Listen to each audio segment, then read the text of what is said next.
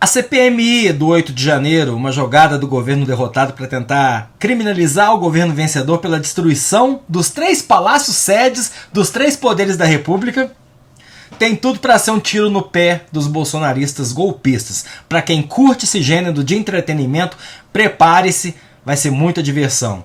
Mas a gente vai entender também porque o governo Lula tentou, de todas as formas, evitar esse mega evento midiático, que no fundo não é muito mais do que isso. Salve galera, eu sou o Maurício Ricardo, inscreva-se, deixe seu like ou seu dislike, confira se o sininho está ativado e comente. Seu comentário é parte importante da existência desse canal. Então, eu não vou enrolar e nem fazer suspense, eu vou tentar levar você, minha amiga e meu amigo, que ainda me prestigiam com a sua audiência, a uma conclusão lógica. A sua pode ser diferente da minha. Se for, por favor, use o campo dos comentários. Mas como é que a história com H maiúsculo vai contar o que aconteceu no 8 de janeiro, com ou sem envolvimento do governo empossado no primeiro dia desse ano? Vai contar, pelo menos assim espero, como foi. E como foi? Inspirado em Donald Trump e outros atores da extrema-direita internacional, o ex-presidente Jair Bolsonaro já começou seu governo levantando dúvidas, pregando a desconfiança, tentando deslegitimizar o processo eleitoral, e você se lembra.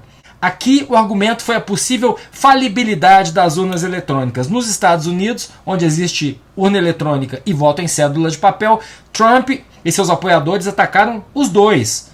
Como lá a coisa é um pouco mais séria, a Fox News, que era a Jovem Pan dos trumpistas, foi condenada a pagar mais de 700 milhões de dólares por difamação à empresa que produz as urnas eletrônicas usadas nos Estados Unidos, porque a urna eletrônica lá e aqui são auditáveis e funcionam. Isso é fato, tão inquestionável que nem o nosso exército, tentando muito, conseguiu provar o contrário. E no caso das urnas de papel lá nos Estados Unidos, os argumentos foram variados. Cédulas falsas, voto pelo correio, sistema de contagem. O Trump cada hora falava uma coisa. Chegou a um ponto em que ele simplesmente dizia que era vítima de uma fraude generalizada. E por que eu estou falando isso? Porque a questão nunca foi voto impresso ou voto eletrônico.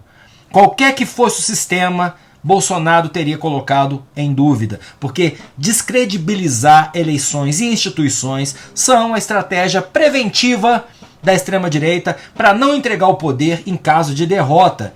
Então, ainda contando a história, aqui o governo passado aplicou a técnica, mesmo com o fracasso do Trump, porque ela deu certo em outros países.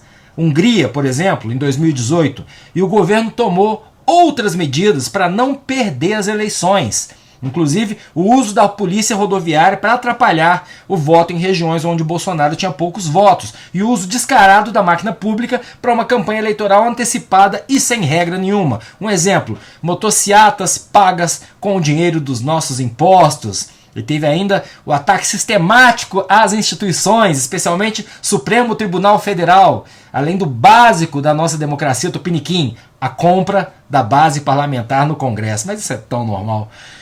Enfim, o governo se cercou de todas as formas para não perder, mas perdeu. E ao perder, botou em prática um plano extremista em conluio com altas patentes das Forças Armadas. Que plano foi esse? Usou sua capilaridade em mídias digitais e redes sociais e promoveu um movimento contrário ao resultado das eleições. Esse movimento tinha lá na ponta, como mentores, bolsonaristas ilustres, e tinha também o apoio explícito das Forças Armadas, que hospedaram, essa é a palavra, hospedaram golpistas em todo o Brasil nas portas dos seus quartéis.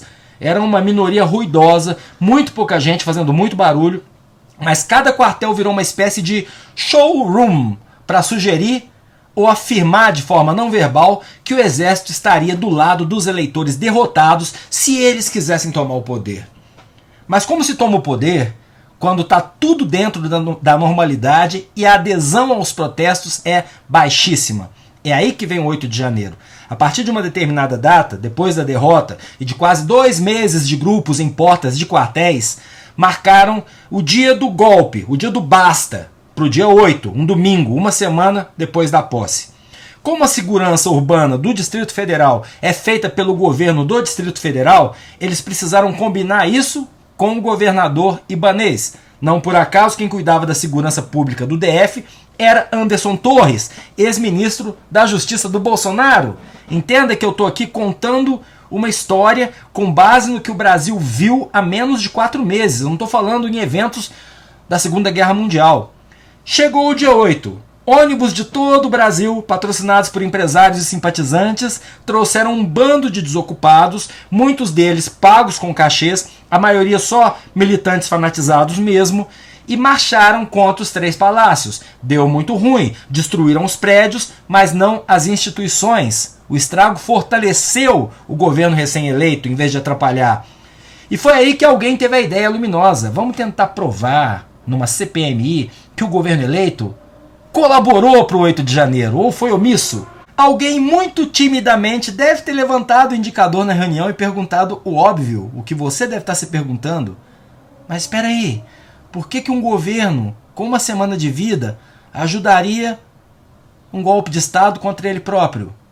E os gênios por trás da ideia devem ter respondido. Veja que eu já saí aqui da objetividade histórica para estar viajando nos cenários. Eu posso, isso aqui é só meu canal pessoal no YouTube. Mas enfim, alguém deve ter dito, justamente porque depois do 8 de janeiro eles viraram os coitadinhos. A gente pode afirmar que eles fizeram isso para garantir governabilidade, culpando a gente. E esse bolsominion mais desconfiado insistiu na desconfiança. Ele pode ter perguntado, mas espera aí, o Congresso tem segurança própria? O STF tem segurança própria? O DF claramente foi omisso. Tem tudo em áudio e vídeo. Não foi o atual governo quem levou os golpistas para a porta de quartel. Com base em que a gente pode criminalizar o novo governo, que é uma das 3 vítimas e é um poder independente? E o grupo pró-CPMI pode ter respondido. A gente vai mostrar que eles não pediram ajuda, que o GSI não fez nada, que o ministro da Justiça não fez nada. No mínimo, a gente bagunça a governabilidade, desviando o foco da opinião pública e jogando o governo na defensiva. Sem contar que as mídias digitais são maravilhosas. A gente fazendo os recortes direitinho, mostrando o nosso lado, lacrando, a gente vai produzir vídeos maravilhosos para manter a militância engajada. Essa é a razão da CPMI existir, na minha percepção. E é a razão também pela qual o novo governo fez tudo para que ela não existisse. Uma CPMI dessas pode sim tirar o foco do Congresso e do público das pautas importantes para o país. Porque a defesa do atual governo é relativamente simples. Ele foi um dos 3 poderes atacados. Ele seria louco se pedisse ajuda aos militares, porque os militares protegeram os golpistas, inclusive depois do golpe. Porque o DF falhou na sua missão. O GSI avisou o Flávio Dino. Ainda que tenha ou que tivesse, foi uma comunicação na noite do dia 7 para eventos que se desenrolariam na tarde do dia seguinte com a cumplicidade de membros das Forças Armadas, da Polícia Militar do Distrito Federal e do governo do DF. Sabe-se lá de quem mais. Não é nada perto do que de fato aconteceu. 3 poderes atacados por pessoas que estavam hospedadas nas portas dos quartéis. A CPMI seria a oportunidade também de explicitar o golpismo, de narrar o golpismo bolsonarista, com detalhes e testemunhos ao vivo transmitidos pela TV e pela internet. Mesmo assim, a oposição, os golpistas derrotados, acharam que valeria a pena, porque na verdade eles têm muito pouco a perder. São muito bons para tumultuar sessões e são ótimos na manipulação da verdade em rede social. Então pagaram para ver. Mas o tempo, senhoras e senhores, é maravilhoso. Nesse intervalo entre a ideia da CPMI e a ideia da CPMI ter parecido uma boa ideia para ferrar o governo eleito e a aprovação da CPMI, muita coisa aconteceu. Para começar, o Bolsonaro voltou acusado de roubo de joias. Foi depor na Polícia Federal e se defendeu das críticas ao sistema eleitoral que ele fez no dia 11, depois do ataque, dizendo: foi mal, tava doidão, tomei remédio. A íntegra dos vídeos mostrou Flávio Dino e o Lula visivelmente injuriados lá no Planalto. Mostrou o general G. Dias, que tinha uma semana de GSI, mais perdido que cachorro em mudança. O general caiu e o ministro interino do GSI, Capelli, resumiu a situação dizendo: você tá com um carro há uma semana e ele pifa. A culpa é de quem pegou o carro avariado, eu usaria o termo sabotado, ou de quem dirigiu o veículo por 4 anos. Ou seja, jogou nas costas do general Heleno, o que faz muito mais sentido. Então, não é que a CPMI não seja um peso, um incômodo para o novo governo, que estava lá hoje debatendo taxa Selic com o Campos Neto, um governo que luta contra o tempo. É que, uma vez que é inevitável, que se aproveite a ocasião para descrever o processo todo. Aqui entra a minha preocupação com a cronologia histórica, porque o 8 de janeiro não foi um dia isolado.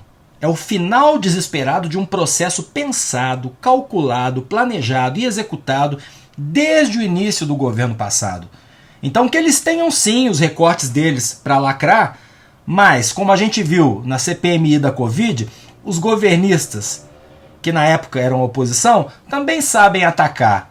Vai sobrar para Jair Bolsonaro, para Carlos Bolsonaro e Gabinete do Ódio, para um monte de parlamentares governistas que estão gravados e publicados nas suas próprias redes sociais, atacando as instituições e questionando o resultado legítimo das urnas, a ponto de parte da oposição, segundo o Valdo Cruz, está no G1, já está arrependida de ter lançado a ideia da CPMI.